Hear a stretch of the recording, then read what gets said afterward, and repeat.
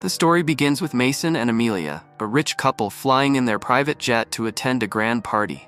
The night is filled with luxury, and among all the guests, they meet Perez, the richest man at the party and the one hosting it.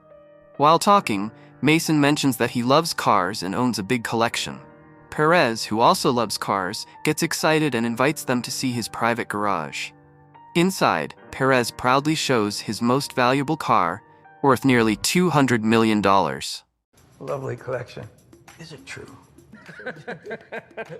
Mason and Amelia, amazed by its beauty, ask if they can sit inside. Perez happily agrees. But the moment Amelia sits in the car, she secretly signals a hacker named Link. Suddenly, the lights go out, and Mason's men attack Perez, knocking him to the ground. Mason quickly starts the car and drives away. It is then revealed that Mason and Amelia are not just party guests. They are professional thieves, and their true plan was to steal this car. They load the car into a huge truck and try to escape the country. But before they can get away, the FBI shows up and begins chasing them. Mason is shocked. How did the FBI know about their plan? His question is answered when Amelia suddenly points a gun at him. The truth comes out. Amelia was never his partner in crime. She is actually an undercover FBI agent who pretended to love him only to catch him. Mason's heart breaks because, unlike her, he truly loved her. Even with this betrayal, Mason stays calm and calls for Plan B. Plan B's on. Fuck. We're going to Plan B. His men drive all their cars straight into the river, creating confusion that helps Mason escape, though he loses the stolen car. 3 months later, Mason is seen living quietly outside the city, having left his life of crime behind, at least for now. One day, Mason's younger brother Shawn came to meet him. He told Mason about a plan to rob a bank and asked him to join. But Mason refused, saying that he had retired from crime and didn't want any new trouble in his life.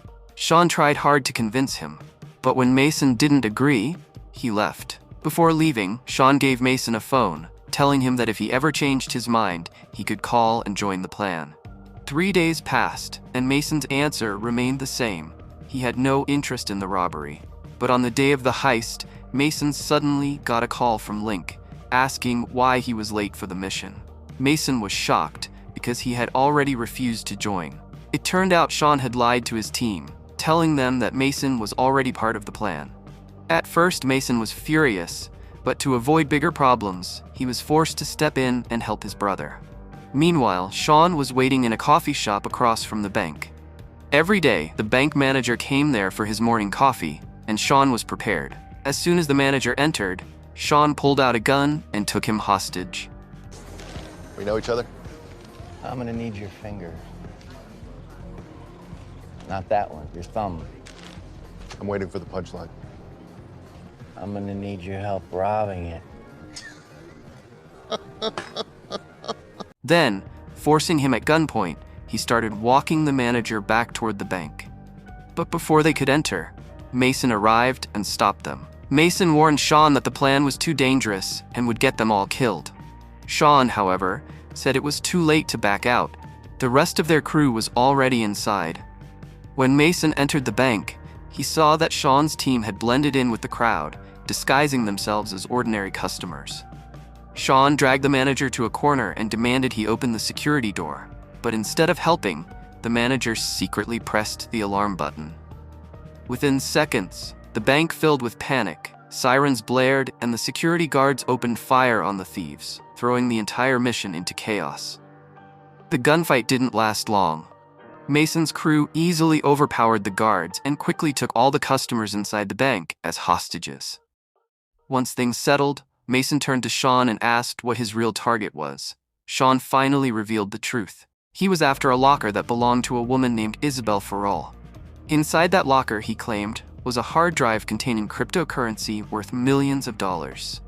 Hearing this, Mason took the bank manager straight to the vault and demanded he open the locker. But there was a problem. The locker required 2 keys, one held by the manager and the other by Isabel, the owner of the locker. Without both keys, the vault would remain locked. Shawn had no idea about this second key, meaning his plan was already flawed. Mason grew furious at his brother's careless planning, but with no other choice, he ordered Link to hack into the system and bypass the security. Link started to work, and within minutes she managed to crack the vault open. But when they pulled the drawer out, there was no hard drive inside. Instead, it was just a decoy box. The manager smirked and told Mason that even he didn't know where the real box was kept. Mason, now boiling with anger, turned on Shawn for dragging them into such a reckless mission. Tell me everything. Meanwhile, outside the bank, the FBI had already surrounded the building with a full tactical team. Leading the operation was none other than Amelia, Mason's former lover and the same agent who betrayed him months ago. She immediately made contact with the crew inside. Link tried stalling her with clever words, but Amelia wasn't fooled. She demanded to speak directly to Mason. When Link relayed the message, Mason told Shawn to keep an eye on the manager and then stepped into Link's control room. The moment Amelia's voice came through the line, Mason froze. Memories of their past rushed back, and for a brief moment, the ruthless thief felt the pain of heartbreak all over again. Mason quickly reminded himself that Amelia was no longer his lover, but his enemy, and her only goal now was to capture his team. Controlling his emotions, he began negotiating with her. Mason demanded that the FBI move their forces 50 feet back from the bank, or else he would start killing hostages one by one. Along with this, he asked for pizza and beer for his team, and insisted that Amelia herself should bring the food inside. Amelia agreed, but in return, she demanded the release of 2 hostages. Mason accepted her condition without hesitation. Soon after, all the hostages were moved to the upper hall, and Mason's crew prepared for Amelia's arrival. A short while later, she walked into the bank with boxes of food and drink. Inside, Mason greeted her with warmth, clearly still holding feelings for her, but Amelia ignored his words. Instead, she firmly asked him to surrender. Mason refused outright and sent her back outside. After feeding his men, he kept his promise and released 2 hostages as part of the deal. But then, something unexpected happened. The bank manager suddenly attacked one of Mason's guards, snatched his gun, and escaped. Mason immediately chased after him. After a tense pursuit, he finally caught the manager and forced him to reveal the truth about Isabel. The manager confessed that Isabel Farrell was the wife of Abel, the most dangerous gangster in the country. Abel was not only powerful, but also backed by influential politicians. The manager explained that the missing hard drive likely contained evidence of the politician's crimes. If exposed, the entire government could collapse. Despite knowing this, Mason decided to go after the hard drive. He saw it as a chance to blackmail the government and find a way out of the bank. At the same time, a black car arrived outside. Inside was Abel's lawyer, Alex. He directly ordered Amelia that if her team failed to capture the thieves within the next hour, the US Army would storm the bank. Amelia, confused by this sudden authority, contacted her supervisor. It was then revealed that Alex truly was Abel's lawyer, and because Abel had the support of the country's most powerful politicians, the FBI could not interfere any further. Amelia was warned that she should try to get the thieves out of the bank as soon as possible, because if the US Army stormed the building, not only the thieves, but many innocent hostages would also be killed. Inside the bank, Mason and his team began breaking through the walls of the locker room, convinced that Isabel Farrell's vault was hidden in a secret chamber. But each time they broke a wall, another stood in their way.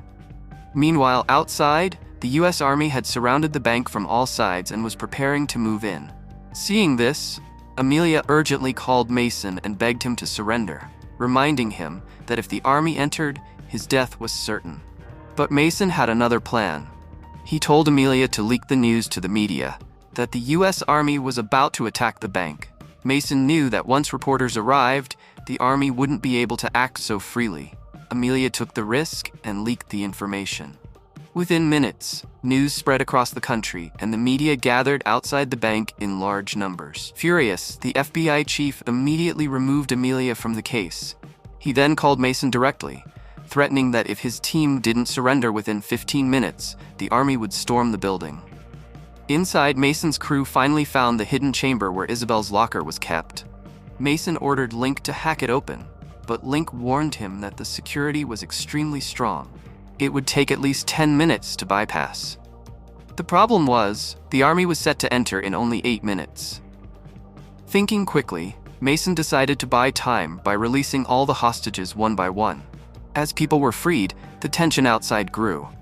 Finally, even the bank manager was released. With no hostages left, Mason's men began surrendering one after another, walking out of the bank with their hands raised. Soon, only Mason and Link remained inside. The FBI chief, enraged, gave a direct order to the army: shoot Mason on sight. Soldiers stormed the building and searched every corner like hounds. When they reached the vault room, they found Mason waiting, holding a bomb in his hand.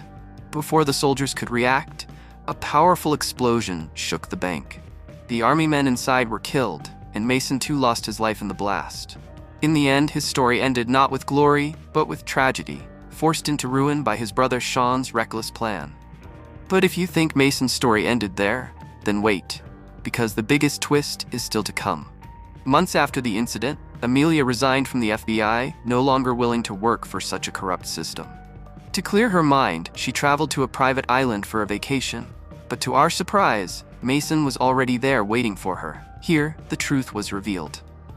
From the very beginning, Mason and Amelia were working together. The failed car theft of Perez was nothing but a setup, planned only to make the FBI believe that Amelia was loyal to them. The story then flashes back to the day of the so-called explosion. When the U.S. Army stormed the bank, Mason demanded to meet Abel's lawyer, Alex. The FBI didn't want to agree, but since Mason still had the evidence, they had no choice. When Alex arrived, Mason threatened him. He demanded $500 million to be transferred into his account, along with new identities for him and his team, so they could start fresh lives. Abel's empire was at risk, so Alex had no option but to agree. What the world saw as a deadly blast was actually just a staged explosion, meant to fool everyone into believing Mason had died. In reality, Mason and his crew escaped unharmed. And now, Mason and Amelia, no longer thieves or agents, began a new life together under new identities. I hope you enjoyed today's story. Before leaving, tell me in the comments, how much money do you think is enough to live your whole life? If you liked this video, don't forget to hit the like button and subscribe to the channel. I'll see you in the next one. Until then, keep watching Infinite Recaps.